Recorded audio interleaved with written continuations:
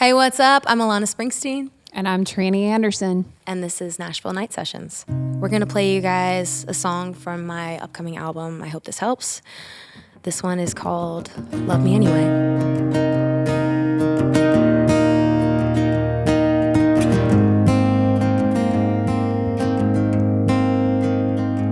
Never younger, never older. Think I've lived a couple lifetimes since 18. Love Me Anyway is actually one of the first songs that I wrote on this album for this next chapter of music, and it was a real turning point for me, I think, as an artist and as a songwriter. I was coming to terms with how different the life that I felt I was meant to live was from the one that my family and my parents wanted me to live. Drink too much and I get too high and I wake up next to someone I can't take back home, and I'm not sure that I'm sure what I believe in. Wreck my life to feel more like I'm in control. If I let you in my brain, would you pray for me to change, or would you love me anyway? And I remember walking into the session with you, Red Akins, Chris LaCourte. Tranny and I have known each other for so long. The first time I ever wrote with Alana, she was 15, and her mom dropped her off at this session. Alana shared everything in that note lyrically with me. That's a very vulnerable thing to do, to let somebody see your chicken scratch. I'm so glad that you trusted me enough to let me peek into your brain and what was going on at that time. Did you mean it when you told me I could tell you anything? 'Cause I drink too much and I get too high and I wake up next to someone I can't take back home, and I've spent some nights that ain't like the way you raised me. If you knew, would you still pick up the phone if I told you everything? Would you pray for me to change, or would you love me anyway? I will say too, I've never been an open book, and I keep my feelings and my thoughts really close to the chest. So finding people like you who I've known so long, I feel like we're just friends outside of all of the music. I think the cool thing about songwriting is you realize that we're all more similar than we are different. We all had very different backgrounds and stories, and we all connected in that moment over these fears and these truths. And I think one of the most vulnerable things you can do is ask for love, not really knowing what the answer is going to be. Writing this song healed me in so many ways. It felt like a weight off my chest. Drink too much and I get too high and I wake up next to someone I can't take back home, and I'm not sure that I'm sure what I believe in. Wreck my life to feel more like I'm in control. If I fall too far from grace, would you hold to what you say? Would you love me anyway? Would you love me anyway? Please love me anyway. I think love for me growing up was a little bit conditional. I grew up with a very strict set of rules and, going to church 4 times a week. I was just like, I got to be the good girl, take care of my 3 younger brothers, be a therapist to my parents. There was a lot that I felt I carried as a kid. You can only carry so much for so long, and giving people the chance to see you authentically, mistakes and all the messiness, and giving them a chance to love you through it is like the bravest thing that you can do. I hope it starts some conversations for the people that hear it too, because I think the things that you're most afraid of will have power over you as long as you let it. And the best thing you can do is just face it and give people a chance to show up for you, and give yourself a chance to show up for yourself. Tranny, thank you so much for being here. I love you, girl. I love you too. I want to hug you. We're actually going to get my girl Emily Weisband in here too for another one, so stay tuned. The first song I ever wrote was called Fairy Tale. I wrote it when I was 9. I was a romantic even back then. I wrote it about my parents' love story, about how they like met and fell in love at college and all of that. I was like, Mom, it sounds like a fairy tale. And I wrote a song about it. It's like a fairy tale. I can remember it a little bit. It's still there. I don't know why this song just came to my mind. I just had a hard time listening to it because I thought it was so cheesy. I wrote it when I was about like 10.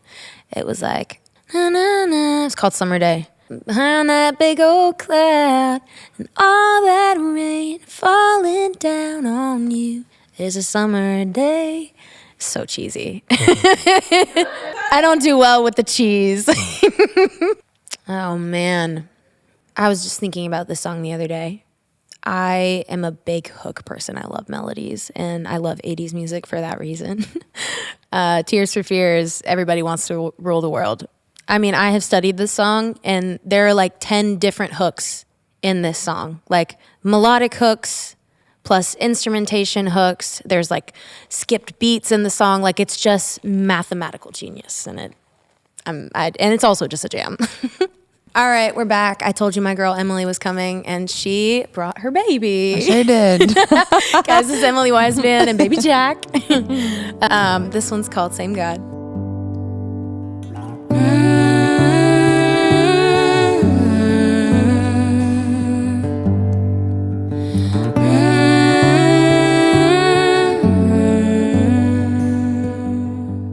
We wrote this song, obviously me, Emily, Ben Williams, and Will Weatherly. Growing up, faith was a word that was thrown around so much in my house. Both my granddads are pastors. I think at a certain point I realized that I didn't really know what it meant for me personally. This song for me is kind of a rejection of the fear and guilt and shame that I grew up steeped in. I remember having this moment where I was just praying and I was like, God, just like, please remind them that I'm good. And in the moments when they can't trust me, to remember to trust you. Oh, you're scared and I get it. Oh, but we ain't that different. The same God you think could turn my back on says my back down every road. The same God you pray is gonna change me, ain't afraid to let me grow. When you just can't sleep cause you're worried about me, and you think I'm lost, just know we're talking to the same God. We're talking to the same God. I mean, my parents taught me about God through their own experiences of God, you know? And Jesus himself wants his own relationship with me. Like, this is my kid, but it's really God's kid, and he gave him to me and my husband and entrusted us to raise him and the best we can. And someday he's going to have to know God for himself instead of just me and my husband's collective experiences. More about you and feeling like you failed somehow. Don't you know him better than that by now? The same guy you think could turn my back on said my back down every road. The same God you pray is gonna change me, ain't afraid to let me grow. When you just can't sleep cause you're worried about me, and you think I'm lost, just know we're talking to the same God. We're talking to the same God. I mean, that's what it's all about. It's literally me kind of looking at my parents and going like, you raised me to know where to go with my questions. Mm-hmm. If you can't trust me, trust him. Yeah. That's like literally my favorite line in the song, because at the end of the day, like, you're their kid, but you're his kid. Oh, you calling me crying again. Oh, if you can't trust me, trust him. It will inspire people in your situation to be brave enough to have their own relationship with God, but it will also probably be very comforting to parents who are worried about their kids, you know, just as a reminder that, like, when they don't have their kids, God does. The same eyes when you just can't sleep cause you're worried about me and the way I live my life. We're talking to the same God. We're talking to the same God.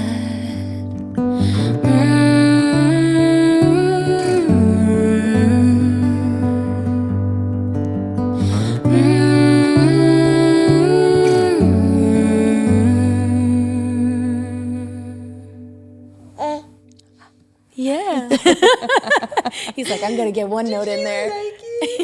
My parents have heard this song, and I mentioned before that we have all our hardest conversations through the songs I write. I think this one is no different. It's an ongoing conversation. And as you grow up and they become not just your parents anymore, but also like you're an adult and your relationship just kind of changes naturally over time. You know, I think they've heard it. They never directly addressed it as of yet, but we'll see.